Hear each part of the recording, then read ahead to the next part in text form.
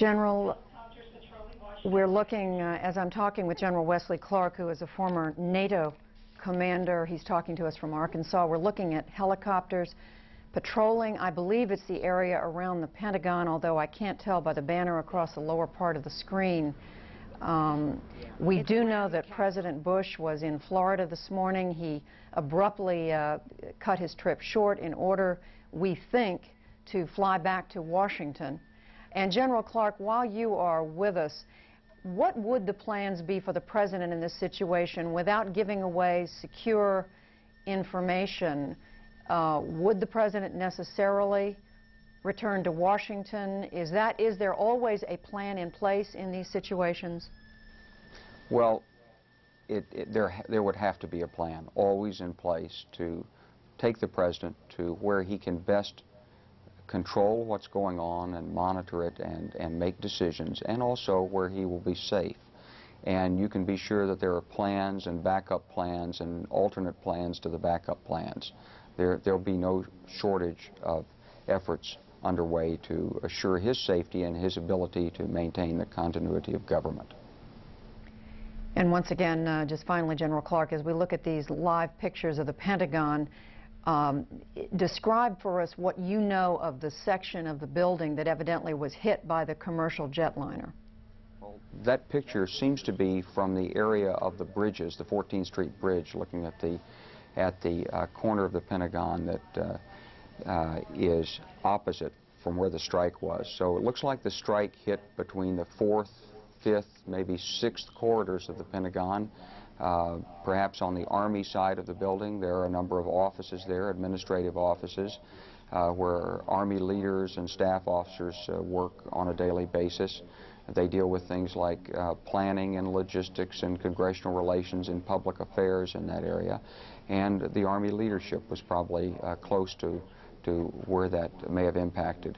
There are a number of other facilities below ground, some of which have been relocated, and it's impossible to see from that picture what the condition might be there. General Clark, any final word before we let you go? Well, I think that we've known for some time that there were groups planning this, and I think the American people should know that the men and women in government and all the agencies have worked very hard and very diligently against this. Obviously, we didn't do enough.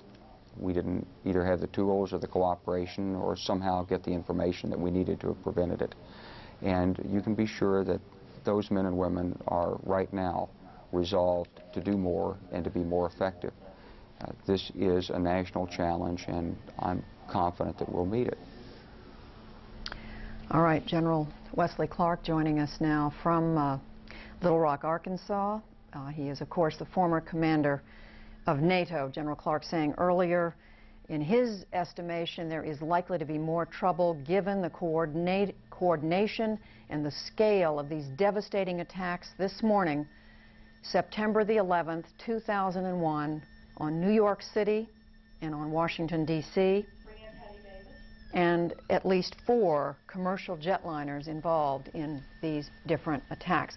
Patty Davis, our Washington correspondent, here with me in the studio. Patty, you have some information about one of those airliners. That's right, Judy. Well, United Airlines, as you said earlier, is confirming that its Flight 93, that's a Boeing 757, it was en route from Newark to San Francisco, did crash near Pittsburgh.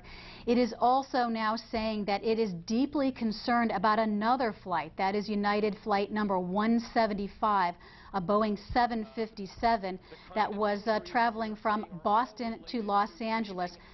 It said it is deeply concerned about that flight right now. We don't know the status of that particular flight right now. The United Airlines CEO, James Goodwin, saying that the thoughts of everyone at United are with the passengers and crews of these flights, including prayers. United is not saying how many people on board each of these flights, how many flight attendants, how many pilots.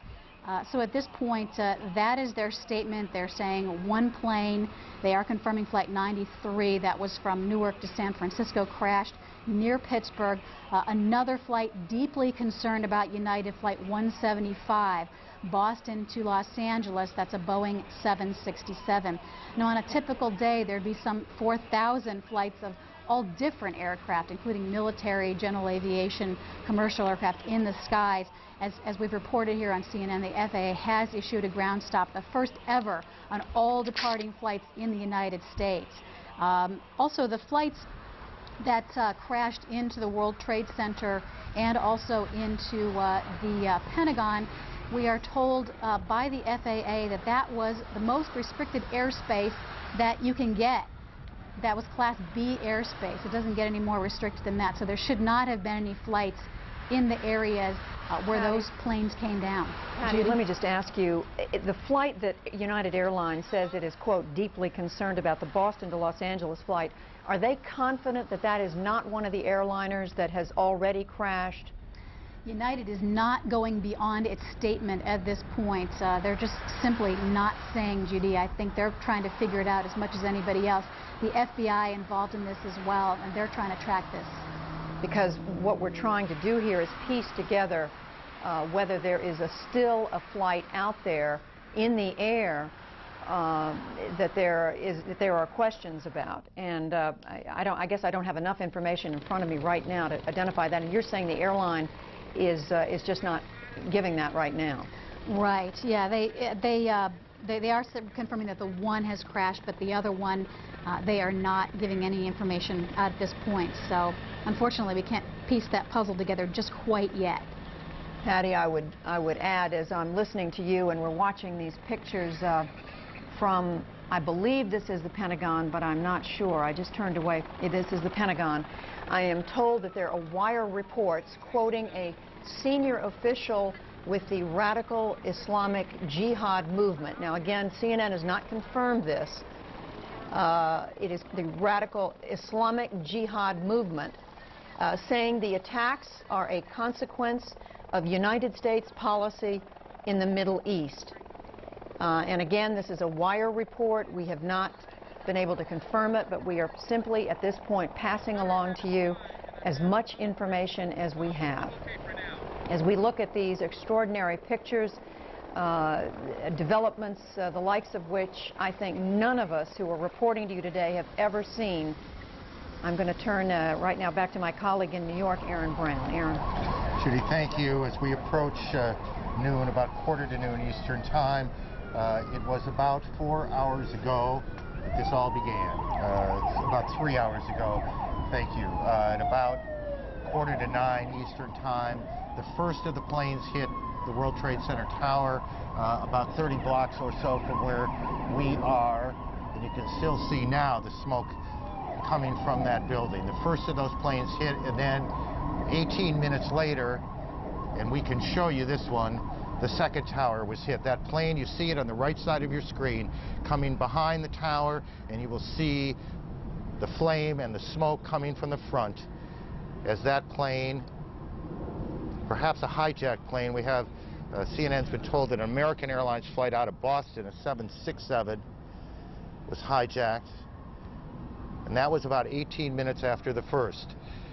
Then as rescue crews began converging, as people desperately tried to get out of those buildings, some 50,000 people work in the Trade Center towers here in Manhattan. As they were trying to get out, the South Tower collapsed.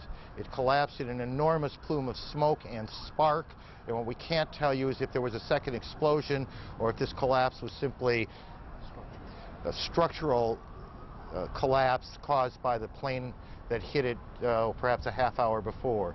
And then just a few minutes after that, it wasn't very long, as you will see, it happened again. The second tower came tumbling down, and you can see that it almost looks like one of those planned implosions, but of course there was nothing planned. And it was not an implosion, as you see. That was the first tower collapse that we just saw. There we go. Here's the second one coming. This is the collapse of the second tower. And so now, as we stand here, both towers, the tops of both towers are gone. Behind somewhere, that plume of smoke that continues to rise over the Trade Center. What is left of those buildings, we cannot tell you. We cannot tell you. In Logan Airport, where at least 2, perhaps 3 of the planes involved began their day. Officials now are meeting with reporters, and we can pick that up live. That we've had various reports on to call these following numbers. American Airlines, 800-245-0999. Secondly, family members can call a Massport number, 617-568-3100. We've also urging people not to come to the airport at this point in time. We've increased the shuttle buses from the terminals to the MBTA Blue Line stop, and the MBTA has increased the frequency of subway transportation. We are in close communication with the FAA, the FBI, State Police, Commonwealth of Massachusetts. And that's all I have right now. Joe, you've got to tell us. What flights do you have reports on? The flights, I cannot confirm or deny any flight numbers because I have not received official notification on any flight numbers. How can we get All in, so it'll be everybody who's got a flight. Okay, I do believe several of the media outlets are broadcasting several flight numbers. I believe they broadcast flight number 11, American Airlines.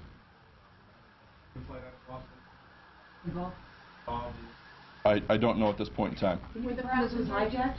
Do not confirm that. Has the airport accounted for all outbound flights? That's outside of the scope of the airport's responsibility.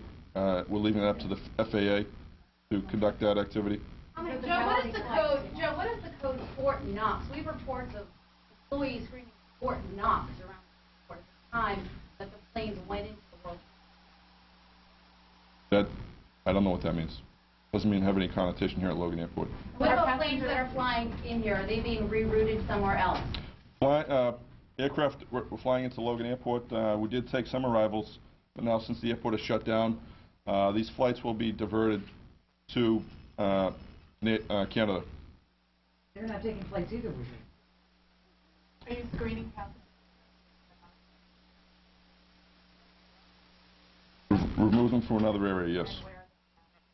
They're being directed to seek either public transportation or their own transportation out of the airport. Leaving the airport? No. How long do you anticipate the airport to be closed? It's indefinite this time. We'll be meeting with the FAA. We'll be conducting analysis of our intelligence that we have. We'll make a determination later on this afternoon. Pardon me? I can just tell you briefly, we have shut down security checkpoints. We've moved everyone away from the boarding gate areas. We've increased police presence dramatically. We've requested additional state police be sent to the airport. And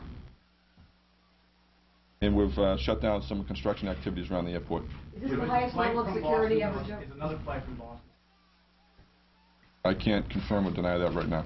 Was there anything unusual about the boarding procedure of this flight? I don't have any reports that would say the same. Are you investigating breaches of security? How are you getting to the bottom of this hijacking? I can tell you we have an ongoing investigation right now. Just an initial investigation being conducted with Massport, Massachusetts State Police, and the FBI. What do you know about United Airlines Flight 175, which is unaccounted for right now from out of Boston? I don't have any, can't confirm or anything or deny anything on that. Has Joe got a number? No, they have not. Joe, did Flight 11 leave on time? Were there any delays? And was there any conversation between the pilot and the tower that seemed unusual? Flight number 11 left at 7:59. I believe it was on time. And everything went as scheduled when it left Logan Airport. Do you know how many people were on board? I don't have a passenger count right now. Are you aware of any communications from the pilot? No, I'm not. Would his flight path into L.A. normally have taken it south or towards New York, south to the west? I can't answer that. I don't have any information on that flight path. When did the tower here detect that there was something wrong? Again, I don't have that specific information. You know what time? I don't know. You know what time this United flight left? I have no information on the United flight right How now. unusual would it be for New York that was heading to? Again, I'm not familiar with the particular flight patterns they may have filed. Was it a non-stop flight to Los Angeles? I believe it was. At what time, sir, were the flights stopped loading? What? At what time? What time was the airport What time shut did the down? airport shut down? I believe we shut the airport down to arriving flights somewhere around 9:15, and departing flights shortly after that. What happened to the flights that were in the air? Where are They were diverted to other airports. How long will the airport be down? How long? Again, we're going to assess all the measures that we've taken. We want to, obviously, the safety and security of anyone who works here at the airport, any of our passengers, is a top priority. Do you have a lot of baggage that hasn't been flown? That's Joe Lawless, part of the security effort at Boston's Logan Airport. A number of the planes that have been involved in this extraordinarily horrendous event today began their day in Boston. The Boston airport, like airports now across the entire country, is closed. Every airport in the country closed. International flights, as you heard Mr. Lawless say, being sent to Canada as they approach the United States. These are scenes. This is tape from the ground, and obviously this is unedited tape, so kind of bear with us. It's a little raw at this point, but this was on the ground at the around the trade center here in New York as the events began unfolding.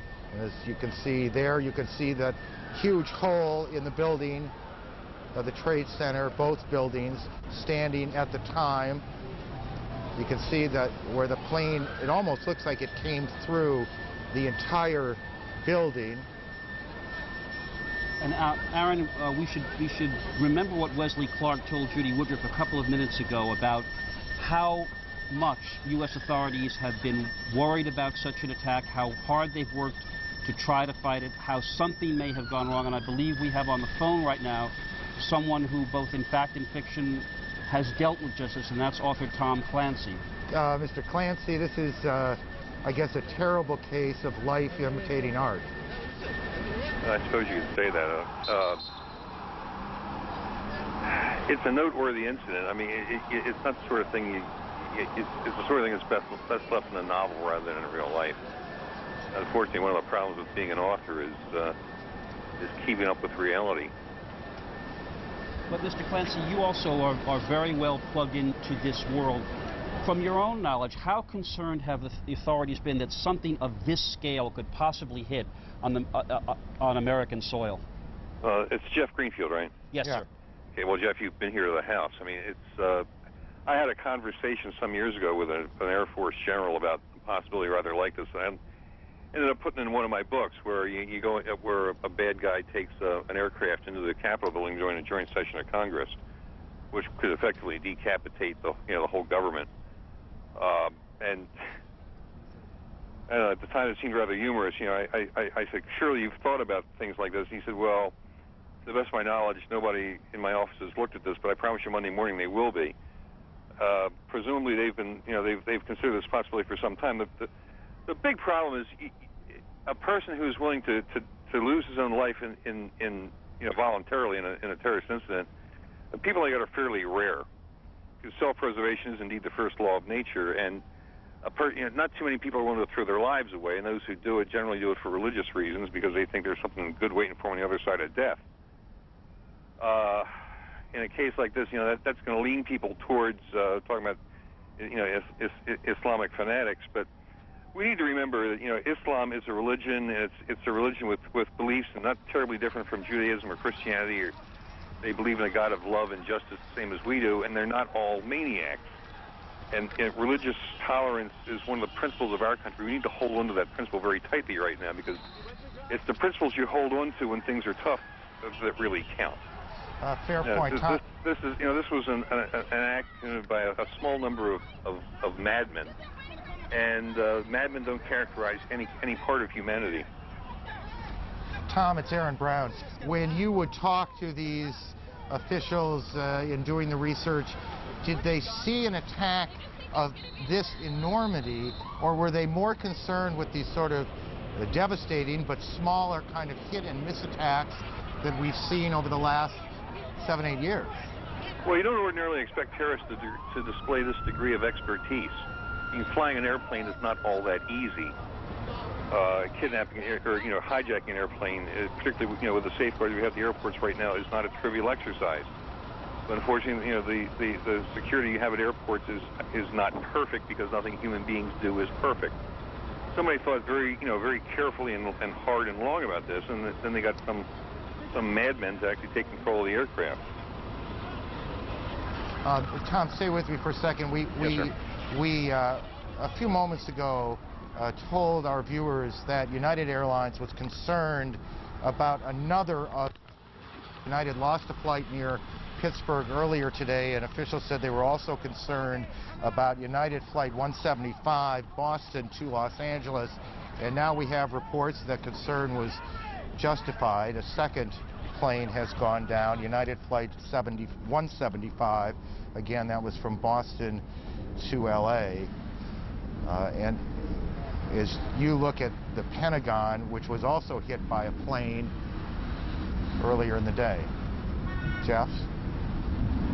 Yes, Tom, you were mentioning that this is such a rare act, and yet we now know of at least 4 commercial airliners that apparently were hijacked and either crashed or crashed into buildings, causing death and havoc of an unimaginable scale. So whoever is behind this is of a dimension that literally dwarfs even fantasy. Pretty much. I dreamed pretty big with my dreams, and fortunately or unfortunately, didn't get quite this large.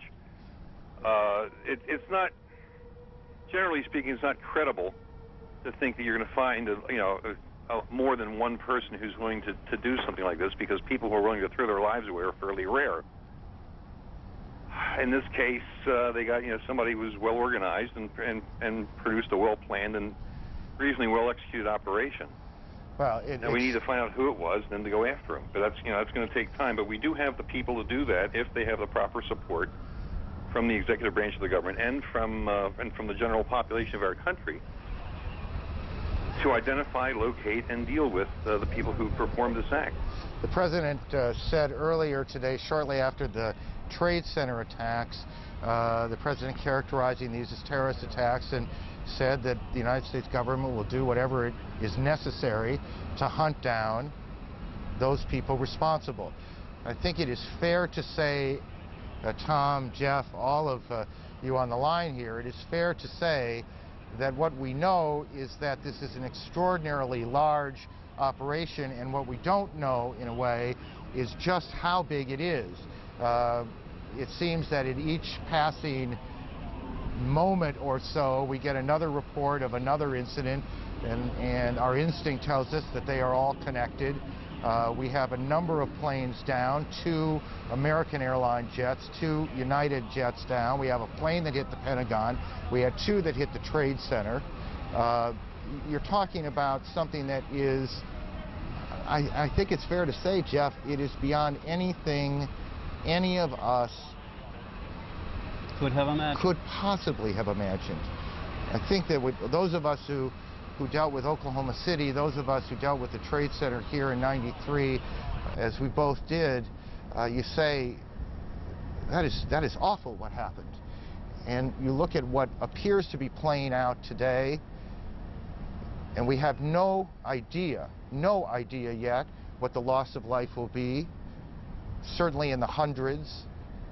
We know that hospitals here in New York are overwhelmed with people being brought there all over the city of New York and beyond. The only piece of news that is the least bit, I guess, reassuring is that there is no report of any kind of chemical result. That is, the folks on the ground around the World Trade Center, the rescue crews, the survivors, there is absolutely no indication at this moment that there was any kind of bioterrorism involved. Not that what happened here isn't horrific enough. Yeah, absolutely. And let me just add on again, small, medium-sized pieces of information as we go. All airlines in the country are closed down. All airports in the country are closed down. We now are being told that the U.S.-Mexican border has been sealed. We don't know if that is just simply part of a plan that the government puts into effect under a worst-case circumstance. This is certainly that, or if there is some specific reason why a decision was made to shut down that border. Our senior White House correspondent, John King, on the phone. John. John?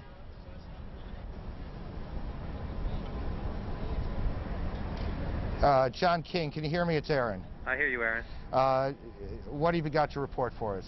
Aaron, I'm standing across from the White House. I'm told by Secret Service and administration sources that all of the principals, all of the protectees, meaning the President, the Vice President, the First Lady, and Mrs. Cheney, are safe.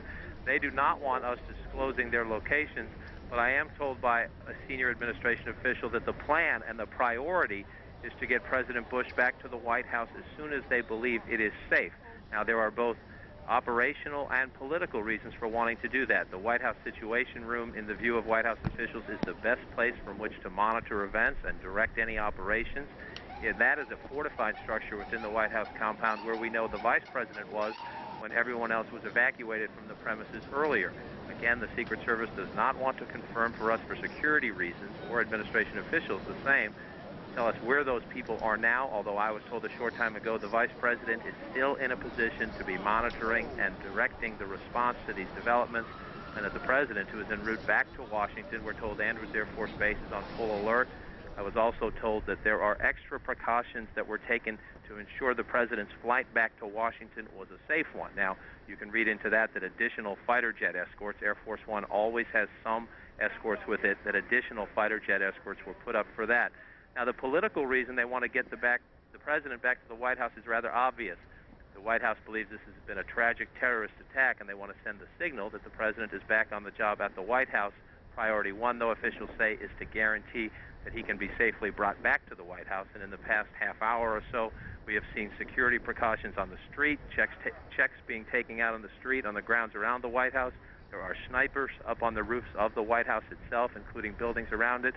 And a military helicopter gunship flew over the premises not that long ago, about 15 minutes ago now, and then it circled back over toward the Pentagon, where from my location you can still see smoke coming into the sky from there. But we are told the Vice President is still in a position to monitor all this as the President makes his way back.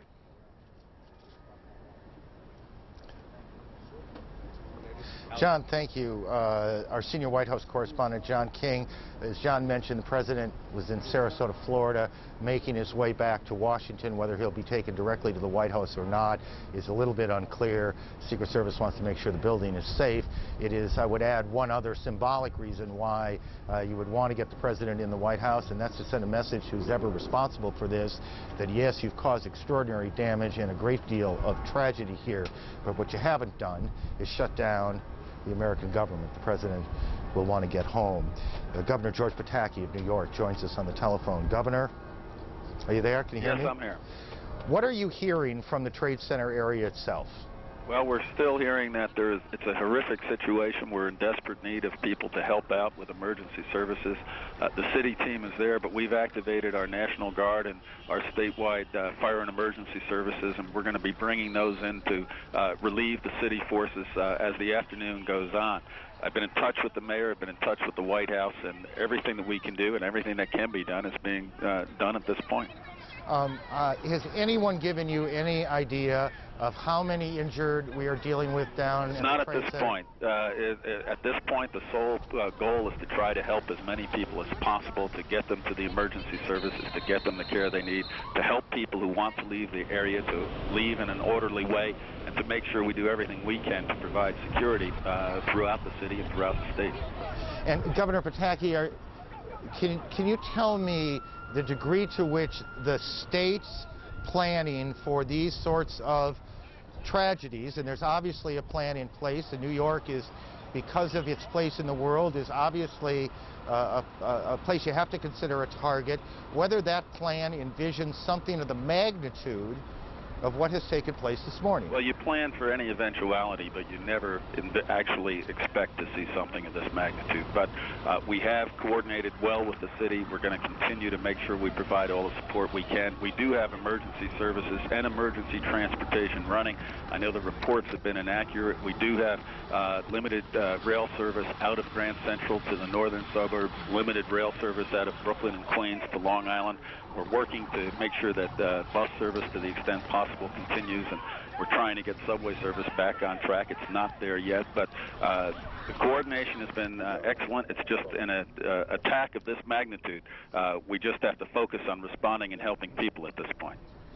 And do you have any idea how many people have been hospitalized or how many hospitals are involved, whether they extend beyond the city? Not at this point, but every emergency service, every hospital that can provide assistance is providing assistance. The people have been just terrific in their response, and we're going to continue to make sure that response is as strong as it can be. Governor, take a moment and tell me, not as the governor necessarily, but as a resident of this state, an important player in the affairs of this state, what you're thinking today. This is an enormous tragedy. I have friends in those towers. I have friends who were there this morning that we haven't heard from. And our thoughts go to the people who are there, to their families, to all those who are suffering at this time, and we will be there to help, and we will be there to do everything we can to make sure that the support and the services necessary are provided.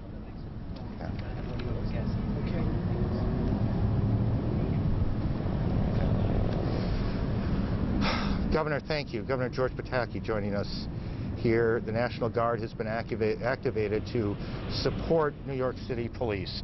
Andrea Koppel is on board a flight with the Secretary of State. Andrea, what are you hearing from officials there? Well, Aaron, Secretary Powell has been in Peru since last night. He was here to attend the Organization of American States General Assembly.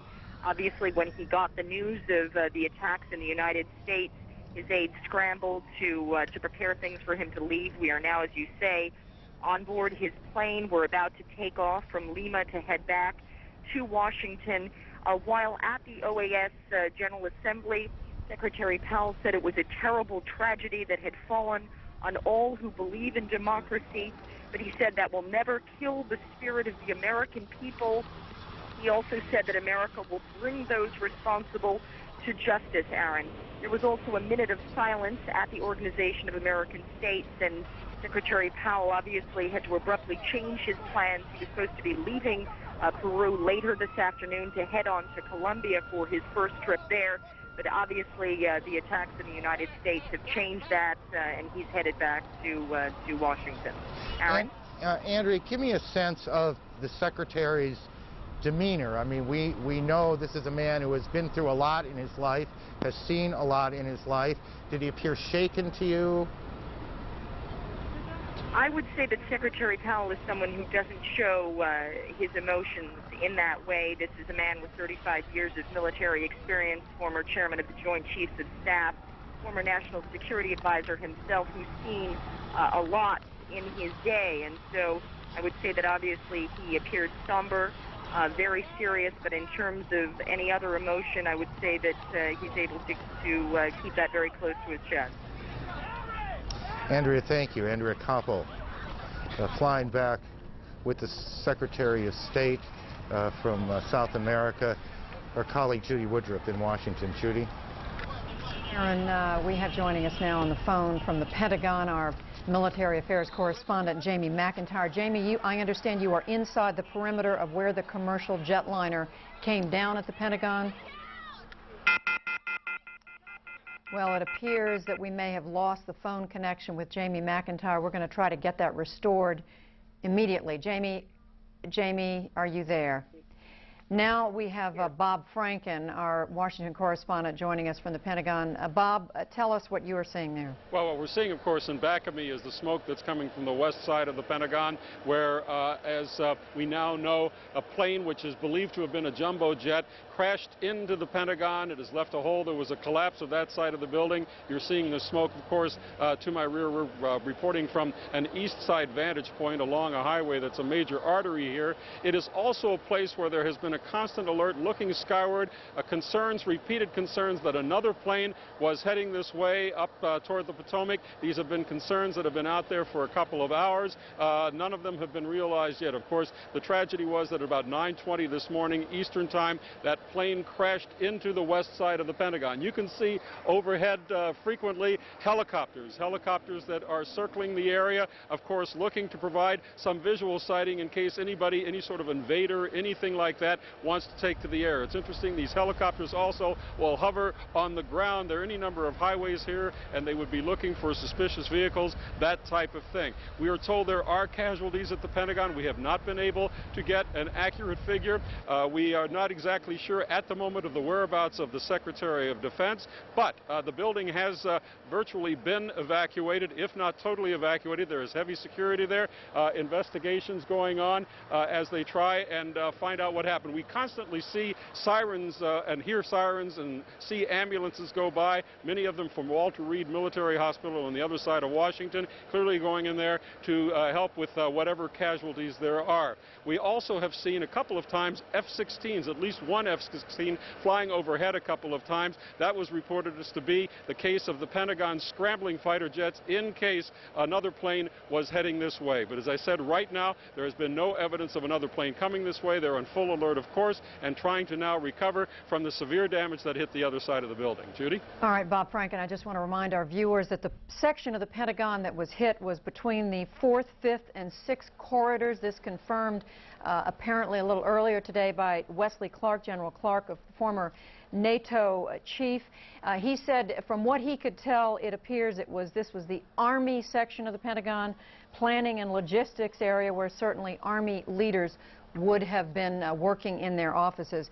I want to read for you now a statement from the Joint Chiefs of Staff, quoting, "We are outraged at this cowardly attack on the people of the United States. Our heartfelt prayers are with the victims and their families, and we stand strongly united behind the President as our Commander-in-Chief."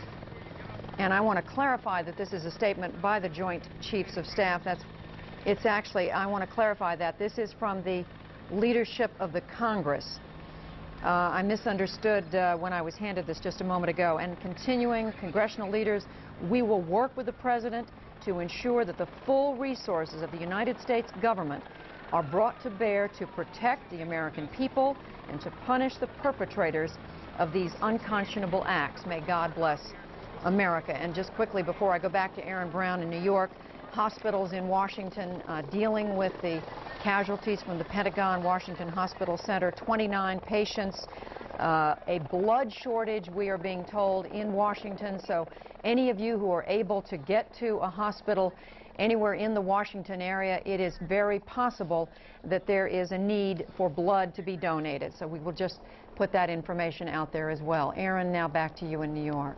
Judy, thanks. We now are being told that Los Angeles International Airport, LAX, has been evacuated. Again, this is another one of those multi-terminal airports. It's an enormous airport, and that is being evacuated. At least one of the flights, and perhaps two if memory serves me, that has gone down today was headed towards Los Angeles, one towards San Francisco. We also have a report that Disney World in Orlando has been evacuated. Someone said to me a moment ago, before the day is over, everything's going to be shut down. And that seems to be where we're headed. CNN's Richard Roth is on the streets of New York, and he can join us now. Richard, what can you tell us? Aaron, New Yorkers think they've seen everything, but they'll say they're amazed at what has happened, stunned.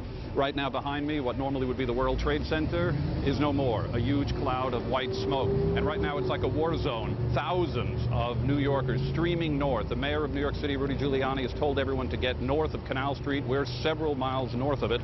Right now, New Yorkers are trying to get out of Manhattan. There's a ferry on the west side going to New Jersey. It's really the only access out.